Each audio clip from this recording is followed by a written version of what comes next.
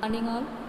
Spectroscopy के video series में आज हम बात करेंगे एनएमआर स्पेक्ट्रोस्कोपी के बारे में, न्यूक्लियर मैग्नेटिक रेजोनेंस। पिछली बार हमने बात करी थी नाभिकीय चुंबकीय अनुनाद स्पेक्ट्रोस्कोपी। इंट्रोडक्शन देखिए। जब अणुओं के द्वारा कम ऊर्जा वाले रेडियो आवृत्ति वाले क्षेत्र से विकिरणों का अवशोषण होता है तो एनएमआर स्पेक्ट्रम प्राप्त होता है। इसमें अवशोषित तरंगों की तरंग दैर्घ्य 1 से 5 मीटर तक होती है और अणुओं में विद्यमान विभिन्न प्रकार के प्रोटॉन विभिन्न तरंग दैर्घ्य वाले प्रकाश का अवशोषण करके शीर्ष विभिन्न पिक्स दर्शाते हैं। रेडियो रीजन की जो लाइट्स होती हैं, इलेक्ट्रोमैग्नेटिक रेडिएशंस होती हैं, उनकी फ्रिक्वेंसी होती है 4 से 900 मेगाहर्ट्ज़।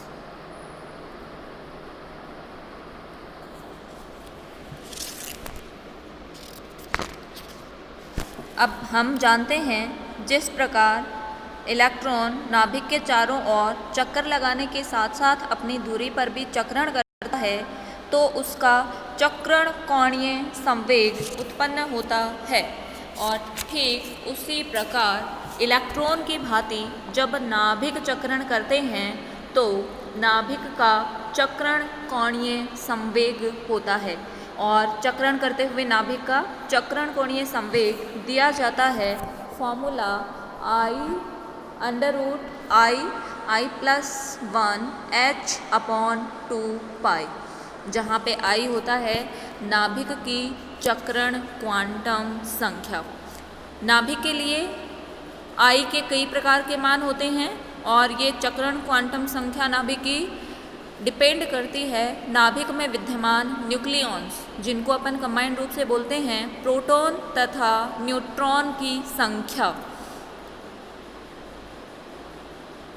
अतः I का मान इन समस्त चक्रणों का परिणामी मान होता है और इसीलिए I का मान शून्य, पूर्ण संख्या अथवा अर्धपूर्ण संख्या हो सकता है। तो ध्यान रखेंगे, चक्रण करते हुए नाभिक के लिए चक्रण कोणीय संवेग I+1 का √h/2π होता है और ये I क्या है? नाभिक में विद्यमान न्यूक्लियॉन्स की संख्या का परिणामी मान।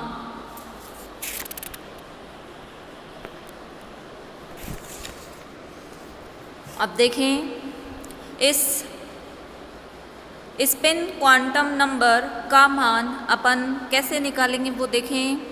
एटॉमिक मास, एटॉमिक नंबर और उसके कुछ एग्जाम्पल्स मैंने दे रखे हैं कि यदि एटॉमिक मास ओड है और एटॉमिक नंबर भी ओड है तो ध्यान रखेंगे atomic mass and atomic number. For example 1h1, मैंने ये एग्जाम्पल लिया 1h1। अब इसमें देखें एटॉमिक मास भी क्या है? ऑड, और एटॉमिक नंबर भी क्या है? ओड। तो इसके लिए I का जो मान होगा वो होगा हाफ। और अभी अपन ने बात करी थी कि ये जो चक्रण क्वांटम संख्या है इसका मान हाफ भी हो सकता है, कोई पूर्ण संख्या भी हो सकता है या फिर 0 हो सकता है। आगे देखें, अगर मान लीजिए एटॉमिक नंबर ओड है एंड एटॉमिक नंबर इवन है, जैसे मैं लिख देती हूँ 6 कार्बन 13। अब अपन को पता है एटॉमिक मास देखो क्या हो गया? ओड। एटॉमिक नंबर देखें क्या हो गया? इवन। और इसके लिए I का जो मान होगा वो होगा हाफ इंटीगर, और वो भी कितना है? हाफ। ठीक है। आगे देखें, अगर मान लीजिए एटॉमिक मास इवन है और एटॉमिक नंबर कैसा है? ऑड। फॉर एग्जाम्पल अपन ले लेते हैं 1h2। तो देखें एटॉमिक मास यहाँ पे क्या है? इवन। एटॉमिक नंबर बोलो क्या है? ओड। तो इसके लिए जो I है वो फुल इंटीगर वैल्यू है और उसका मान देखो कितना लिख रखा है? 1। ठीक है।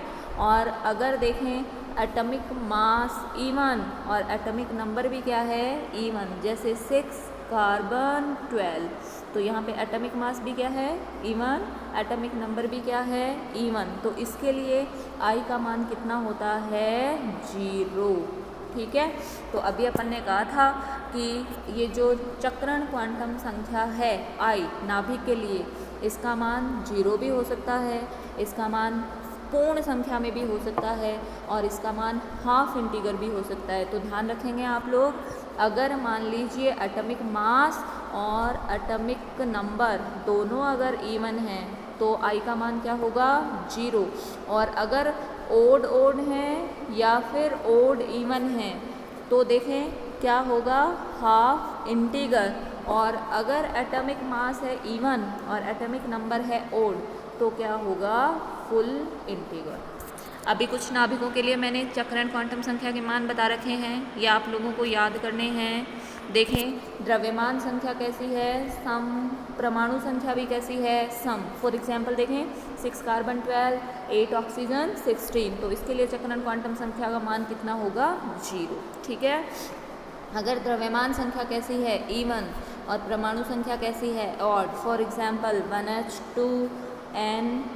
7n14, तो इनके लिए वैल्यू देखो क्या होगी, फुल इंटीगर, और मान कितना होगा, 1। लेकिन अगर 5 बोरॉन 10 अगर ये है तो इसके लिए वैल्यू कितनी आएगी, 3।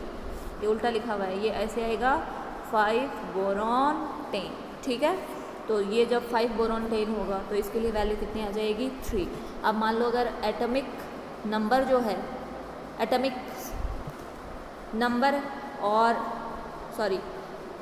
द्रव्यमान संख्या अगर मान लो कैसी है, ऑड, और परमाणु संख्या कैसी है, या तो विषम या सम, तो अर्धपूर्ण संख्या होगा। फॉर एग्जांपल जैसे देखें अगर 1H1 है, या फिर 6 कार्बन 13 है, या 7 नाइट्रोजन 15 है, 9 फ्लोरीन 19 है, 15 फास्फोरस, इन सब के लिए ये वैल्यू कितनी होगी, हाफ इंटीगर। कितना मान होगा, हाफ। अगर ये है 5 बोरॉन 11, 17 क्लोरीन 35 ब्रोमीन 79, तो इसके लिए वैल्यू कितनी होगी, 3/2। अगर 8 ऑक्सीजन 17 है तो 5/2। और अगर नीचे देखें ये वैनेडियम और कोबाल्ट हैं तो इनके लिए वैल्यू कितनी होगी, 7/2। तो आप लोग ध्यान रखेंगे इनमें कि किसके लिए आई का मान क्या होगा। आगे देखें कुछ न्यूक्लियर स्पिन क्वांटम नंबर दे रखे हैं मैंने कुछ एलिमेंट्स के लिए जो दिखा रखे हैं वो देखें। अगर 1H है तो उसके लिए हाफ होगा, अगर ड्यूटेरियम है तो उसके लिए कितना होगा, 1, और 6 कार्बन 12 है तो उसके लिए मान कितना होगा, 0। लेकिन यदि 6 कार्बन 13 है तो वैल्यू कितनी होगी, हाफ। ऐसे ही नाइट्रोजन 14 में है तो बोलो कितना होगा, 1, लेकिन अगर 15 वाला है तो वैल्यू कितनी होगी, हाफ। ऐसे ही 8 ऑक्सीजन 16 है उसके लिए वैल्यू कितनी होगी, 0। और अगर फ्लोरीन 19 है तो हाफ होगा, फास्फोरस 31 है तो हाफ होगा, और सल्फर अगर 32 में है तो कितना होगा, 0। और आगे दे रखा है नंबर ऑफ स्पिन स्टेट्स, ये अपन निकाल लेंगे आगे, अभी अपन देखेंगे भी सही। फॉर्मूला होता है 2i + 1। तो जैसे मुझे हाइड्रोजन के लिए निकालना है तो हाइड्रोजन 1H के लिए तो इस नंबर ऑफ स्पिन स्टेट्स निकालेंगे, तो ये हो गया 2 गुणा आई का मान बोलो कितना है, 1/2, प्लस में क्या करना है, 1, तो ये कितना आ गया, 1 + 1 = 2। ऐसे ही अपन सबके लिए क्या निकाल लेंगे, स्पिन स्टेट। आगे देखें जिन नाभिकों के लिए अभी अपन ने देखा था कि वो वाले नाभिक जिनके लिए द्रव्यमान संख्या और परमाणु संख्या दोनों समसम होती हैं, for example 6 carbon 12, 8 oxygen 16, 16 sulphur 32, इनके लिए चक्रण क्वांटम संख्या आई का मान कितना होता है, 0। तो जिन नाभिकों के लिए चक्रण क्वांटम संख्या का मान 0 होता है उनका कोई कोणीय संवेग नहीं होता और वे कोई चुंबकीय आघूर्ण उत्पन्न नहीं करते। अतः ऐसे नाभिकों के लिए NMR स्पेक्ट्रोस्कोपी नहीं होती है। ये NMR क्या होते हैं, अक्रिय। ध्यान में रखेंगे। इसके विपरीत जिन नाभिकों के लिए चक्रण क्वांटम संख्या का मान कितना है, half, for example 1s1, 6 carbon 13, 9 fluorine 19, सभी NMR स्पेक्ट्रोस्कोपी के प्रति क्या होंगे, सक्रिय, क्योंकि इनकी चक्रण क्वांटम संख्या का मान शून्य नहीं है। अतः ये नाभिक जब अपने अक्ष पर चक्रण करते हैं तो नाभिकीय आवेश के चक्रण के फलस्वरूप एक चुंबकीय द्विध्रुव उत्पन्न हो जाता है और ये नाभिक किसकी भांति व्यवहार करने लगते हैं, सूक्ष्म चुंबकों की भांति। तो ध्यान रखेंगे, वे सभी नाभिक जिनके लिए नाभिकीय चक्रण क्वांटम संख्या I का मान 0 वो NMR अक्रिय होते हैं, लेकिन अगर I का मान नॉन इक्वल टू 0 तो वो कैसे होते हैं, NMR के लिए सक्रिय। प्रिंसिपल ऑफ NMR देखें, NMR का सिद्धांत क्या है। तो देखें, अपन को पता है जिस प्रकार इलेक्ट्रॉन नाभिक के चारों ओर चक्कर लगाता है, ठीक उसी प्रकार जब नाभिक अपने नाभिकीय अक्ष पर चक्रण करता है तो नाभिकीय आवेश के फलस्वरूप एक चुंबकीय द्विध्रुव उत्पन्न हो जाता है और नाभिक किसकी तरह बिहेव कर रहे थे, सूक्ष्म चुंबक की भांति।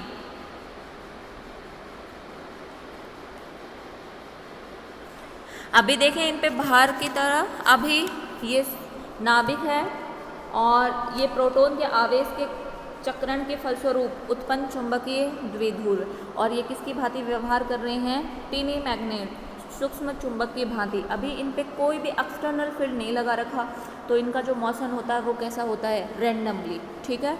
लेकिन जैसे ही अपन इन पे एक्सटर्नल मैग्नेटिक फील्ड, जैसे ही अपन बाह्य चुंबकीय क्षेत्र इनके पे अपन आरोपित करते हैं तो या तो ये उस चुंबकीय क्षेत्र की दिशा में या उसके विपरीत दिशा में संरेखित हो जाते हैं। ध्यान रखेंगे, यहाँ पे कोई भी एक्सटर्नल मैग्नेटिक फील्ड नहीं है, इसलिए इनका रैंडम मोशन हो रहा है। लेकिन यहाँ पे अपन ने बाह्य चुंबकीय क्षेत्र लगा दिया तो या तो ये चुंबकीय क्षेत्र की दिशा में या उसके विपरीत दिशा में क्या हो जाएंगे, संरेखित।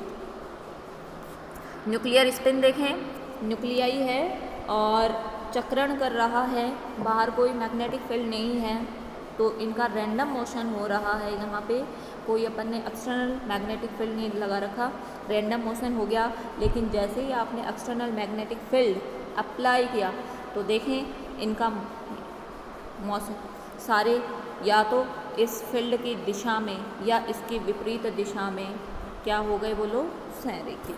ये नाभिक का चक्र। यदि बाह्य मैग्नेटिक फील्ड या बाह्य चुंबकीय क्षेत्र लगाया जाता है तो नंबर ऑफ पॉसिबल ओरिएंटेशन, तो जो सममांग चुंबकीय क्षेत्र है उसमें कोई नाभिक कितने अभिविन्यास ग्रहण करेगा वो अपन निकाल सकते हैं फॉर्मूला 2I+1 से। तो ध्यान रखेंगे कि मान लीजिए बाह्य अपन ने चुंबकीय क्षेत्र लगाया तो उस सममांग चुंबकीय क्षेत्र में कोई नाभिक कितने अभिविन्यास ग्रहण कर सकता है उसको अपन निकालेंगे फॉर्मूला 2I+1। और अपन को पता है I क्या होता है, नाभिकीय चुंबकीय क्वांटम संख्या और चक्रण क्वांटम संख्या, और इसका मान अपन ने अभी पीछे सारणी में देखा था। तो जिसके लिए भी अपन से पूछा है उसी के लिए I की वैल्यू अपन रख करके उसके लिए पॉसिबल ओरिएंटेशन निकाल सकते हैं। और हाइड्रोजन के लिए अभी अपन ने देखा था, चूँकि I का मान बोलो कितना होता है, हाफ। तो जब आप इस फॉर्मूला में रखेंगे तो उसके लिए कितने पॉसिबल ओरिएंटेशन आएंगे, बोलो, 2। हाइड्रोजन के लिए स्पिन क्वांटम नंबर का मान I बराबर हाफ होता है, तो उसके लिए 2 पॉसिबल ओरिएंटेशन हो गए, एक है +½ और एक बोलो क्या है, -½ ठीक है, ध्यान रखेंगे। ये देखें 2 स्पिन स्टेट आ गई, एक होती है +½ जिसको मैंने दिखा रखा है अल्फा से, और एक बोलो क्या है, -½ जिसको किसके दिखा रखा है, बीटा से। ठीक, आगे देखें न्यूक्लियर स्पिन एनर्जी लेवल।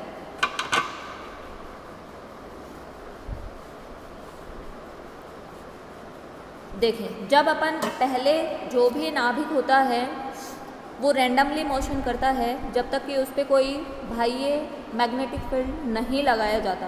लेकिन जैसे ही अपन उस पर बाह्य चुंबकीय क्षेत्र आरोपित करते हैं तो उसका दो प्रकार का अभिविन्यास होता है, जिसमें या तो वे चुंबकीय क्षेत्र की दिशा में या उसके विपरीत दिशा में संरेखित हो जाते हैं।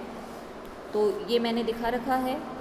और या मैं बोल सकती हूँ क्लॉकवाइज या एंटी क्लॉकवाइज दिशा में। तो घड़ी की सुई की दिशा में जब चक्रण का मान हाफ होगा, घड़ी की सुई की दिशा में क्लॉकवाइज डायरेक्शन में जब उसका मान, घड़ी की सुई की दिशा में जब चक्रण का मान हाफ होगा तो उसके द्वारा उत्पन्न चुंबकीय क्षेत्र बाह्य लगाए गए बाह्य चुंबकीय क्षेत्र के साथ क्या होगा, अलाइन, संरेखित। और नाभिकीय अवस्था कौन सी अवस्था होती है, लोअर स्टेट, निम्न ऊर्जा अवस्था, ठीक है।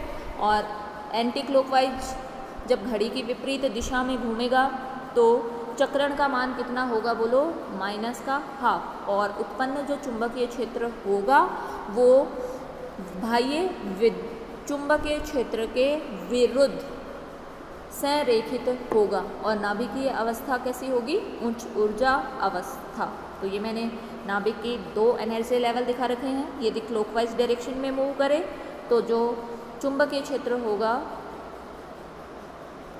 नाभिक के द्वारा उत्पन्न चुंबकीय क्षेत्र लगाए गए चुंबकीय क्षेत्र की दिशा में संरेखित। और इसके लिए आई का मान प्लस हाफ, और इसको बोलेंगे निम्नतम ऊर्जा स्तर।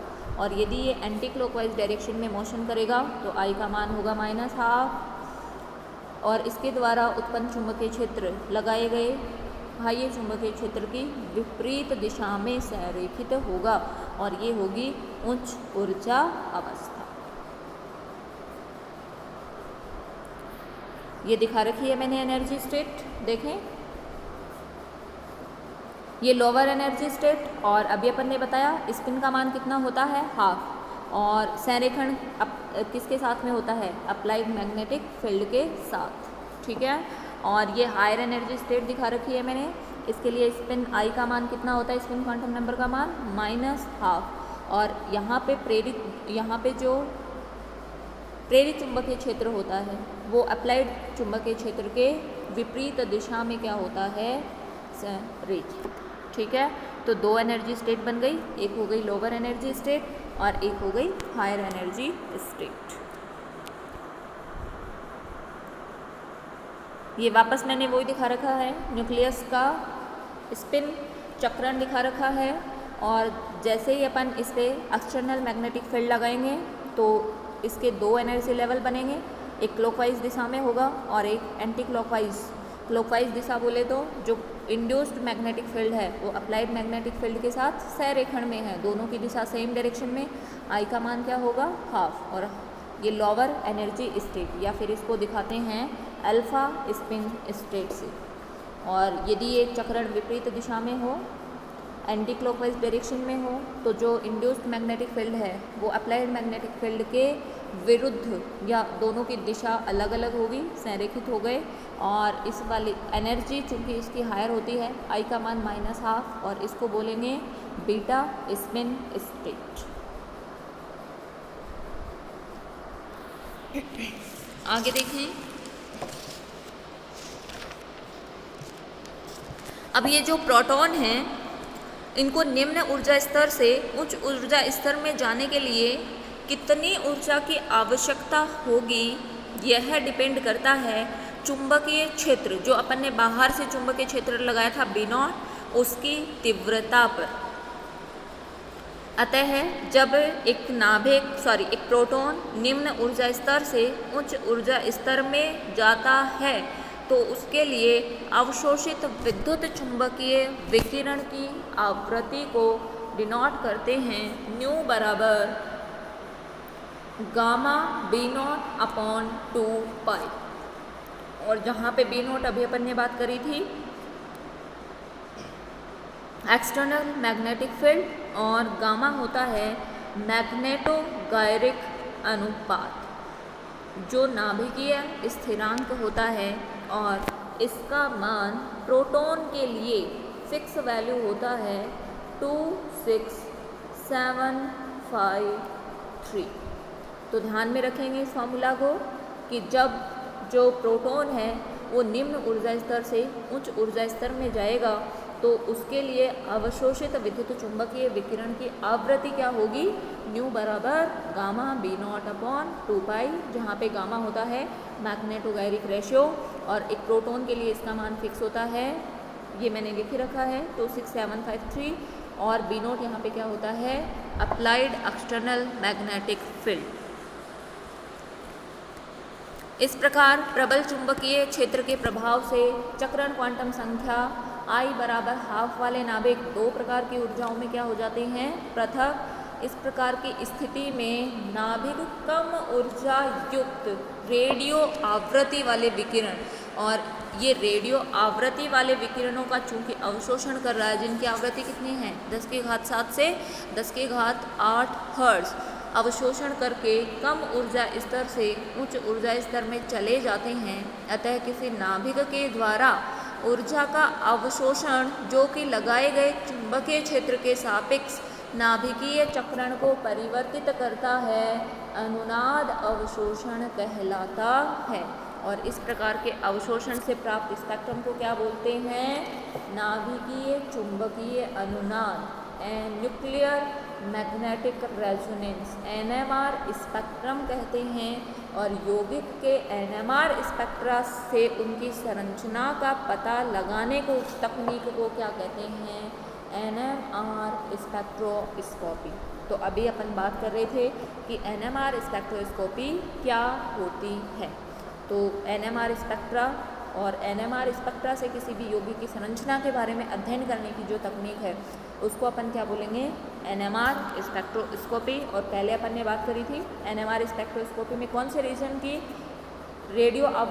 कौन से रीजन की विद्युत चुंबकीय विकिरणों का अवशोषण होता है, रेडियो क्षेत्र की, जिनकी आवृत्ति कितनी होती है 10⁻7 से 10⁸ हर्ट्ज।